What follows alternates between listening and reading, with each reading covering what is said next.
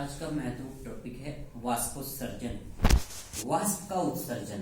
पौधे में वाष्पोत्सर्जन मतलब पौधे के वायवीय भागों से आंतरिक ऊतकों की सहायता से जल का वाष्प के रूप में बाहर निकलने की क्रिया को वाष्पोत्सर्जन कहते हैं, ट्रांसपीरेशन कहते हैं। नाम से यह स्पष्ट है। वाष्पोत्सर्जन, वाष्प का उत्सर्जन, जल का वाष्प के रूप में बाहर निकलना पौधे के वायवीय भागों से, यही क्रिया वाष्पोत्सर्जन कहलाती है।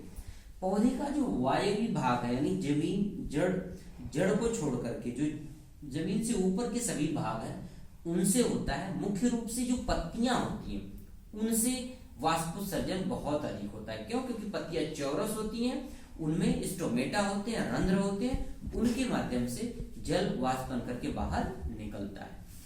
वाष्पोत्सर्जन का महत्व सबसे पहला है अतिरिक्त जल का निस्तारण।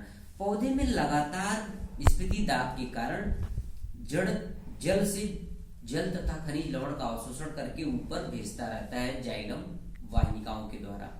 इसकी वजह से पौधे में जल की अधिकता हो जाती है ऊपरी भागों में, तो ये अधिक जल जो है वाष्पोत्सर्जन के कारण बाहर निकल जाता है, जिससे संतुलन बना रहता है। दूसरा, खनिज लवणों की प्राप्ति। अब खनिज लवण मिट्टी के अंदर रहता है तो जड़ उसे अपने जल के माध्यम से मिट्टी के अंदर से अवशोषित करती है और वो अवशोषित करके जाइलम के द्वारा पौधे के सभी ऊपरी भागों तक जल के माध्यम से घुलित अवस्था में खनिज लवण प्राप्त हो जाता है। तो इससे वाष्पोत्सर्जन के कारण, क्यों? क्योंकि जो ऊपर जल भरा होता है वाष्पोत्सर्जन होकर बाहर निकलता है तो जगह खाली होती है, तो वहां भी भरने के लिए नीचे से स्फीति दाब आता है, तो जल तथा खनिज लवण अवशोषित होकर के पौधे की सभी ऊपरी भाग पत्तियों तक पहुंच जाता है।